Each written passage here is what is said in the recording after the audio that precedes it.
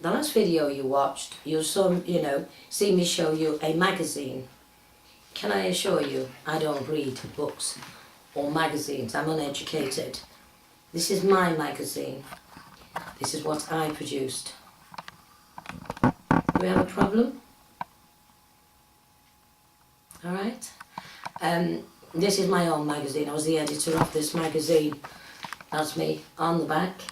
That's me on the front. And everything I put in my magazine, I spoke of to others and others wrote it down. So I'm not going to be reading this. I'm just going to be pointing out to you. And if you look at the first page, I'll bring it in closer.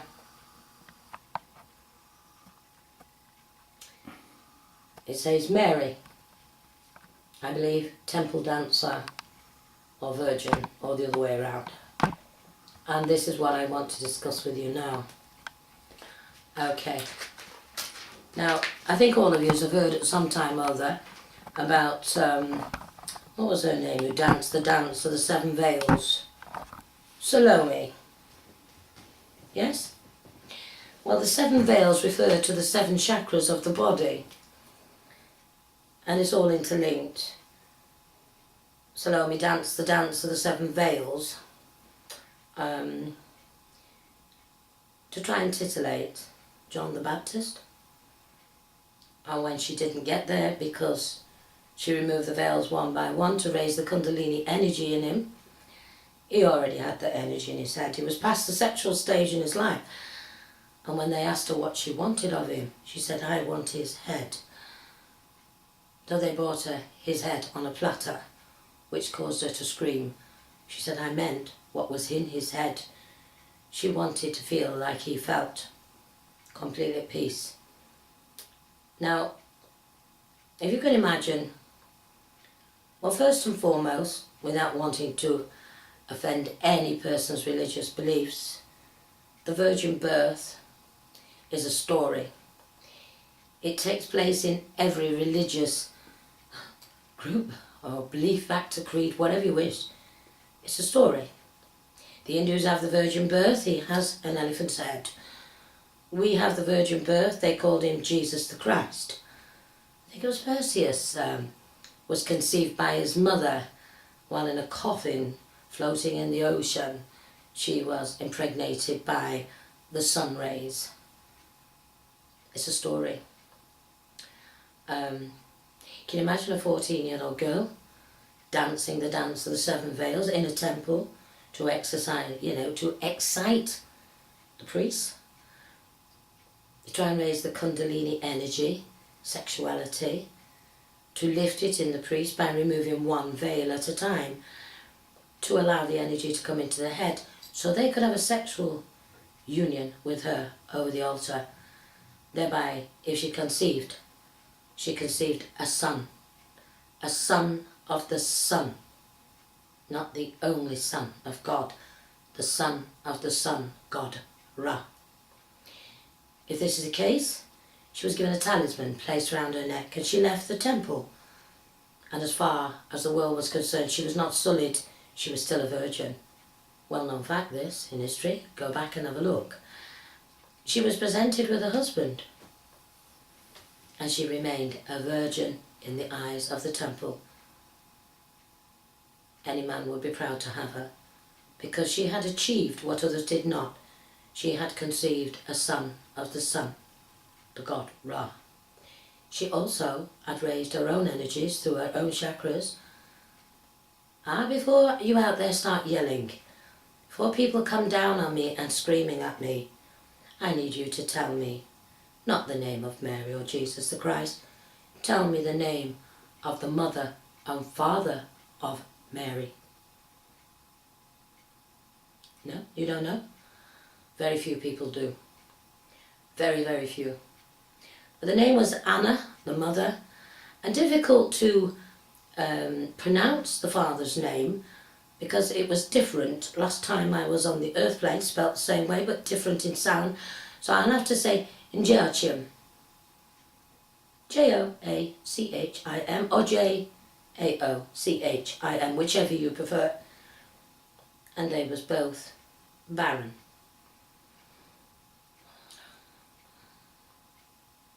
until Anna walked in a garden and cried when she saw a wren, well, a bird, in a nest feeding her young, and cried out to God in her anguish. Because she had been told the reason her and her husband were barren was because God was displeased with them. So she put her old wedding dress on and walked through this garden weeping and wailing. And then she had a vision of an angel, or a vision of God telling her, go away, she would have a child. At the same time, her husband was somewhere else, weeping and wailing. And he was told the same thing, and they both rushed together.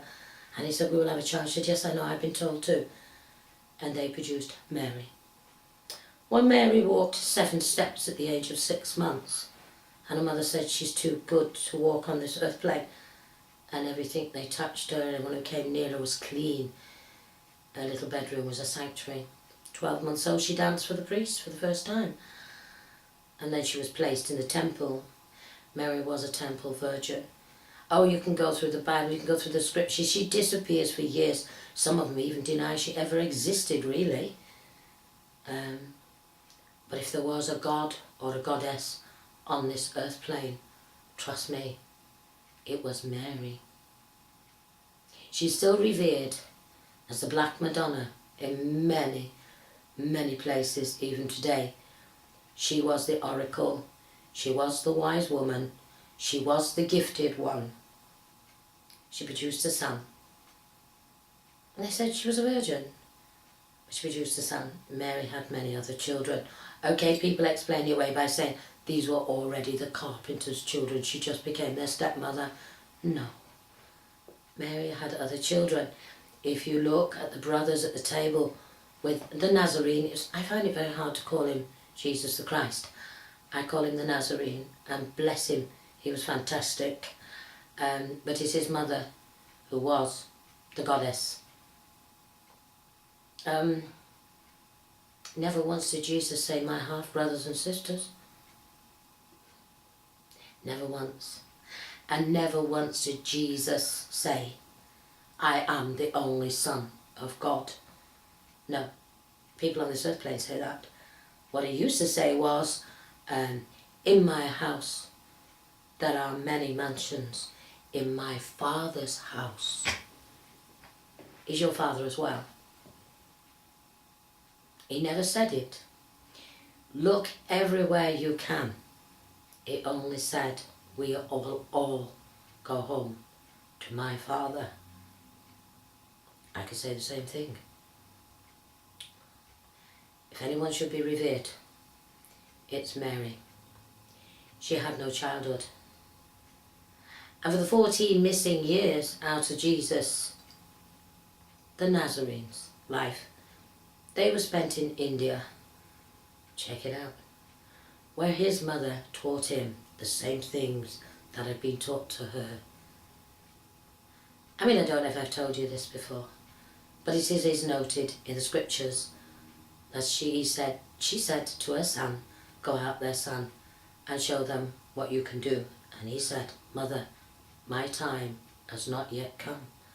He was 33. He should have waited to between 48 and 49. He's done a lot for this world. He showed kindness and compassion. He could heal. He could predict. But he was a Freemason. And he did have his own lodge. And he did have his inner court and his outer court. And his disciples went to him, and they entered into that court to learn the secret wisdom, which actually is in Freemasonry, and a lot of Freemasons don't know that. Not those on the ground floor of the lodge anyway. The Grand Masters will, the 33 degrees will know, but this is not given out to those on the ground floor. He was a great Freemason. So we had access to the Jewish secret wisdom. And the Jewish secret wisdom is the tree of life. And the tree of life is a place where you can meditate and go to. And you can meditate in your own seat and take a journey there. And you can walk the paths on the tree of life, which will reveal the secret wisdom to you. For example, as I've said, Madonna contributes to the Kabbalah, but she's been given only the knowledge, only the academic. She's not being given the experience. So when I take people on pathworking classes, they are designed to reveal the secrets. A lot of Freemasons will have a go at me now. Could be in a little bit of danger. Having said that, really, it's already been said. Yeah, fine, no problem. No problem. The secret wisdom is for all. And long after I have gone home, I'm 70 now, I hope to be sat here when I'm 80, doing more videos, but that's besides the point. If I'm not, I'm not. My words will still be spoken, and people will be mainly in meditation, because the age of Aquarius is here now, the age of spiritual awakening, where a man becomes spiritual once again, and you really should meditate on the Tree of Life. It has immense knowledge and wisdom within it, and it's a wonderful place to visit, to talk with your inner meditation guide, to talk with the brothers of the cosmos. So Freemasonry is actually a very spiritual thing, more spiritual than most things. It's a pity them within it don't believe that, because I can take you to the temples of Solomon. We shall walk through the 2 white pillars, across the black and white floors. But I know the signals to give, and I know where the protection comes from. And it's all intermixed, but everyone wants to keep it in tight little slots. Nobody wants to look at everything overall. They all want to follow their own little ways of beliefs. Fine. But if you know what I'm talking about, and you don't give this out, that's your test, not mine. That's your course. You will have to explain that. If you have this knowledge and this ability, then you should be giving it out. And if you're not, because of standing in your society, or because you want to keep it for yourself, or because it's only for the selected few,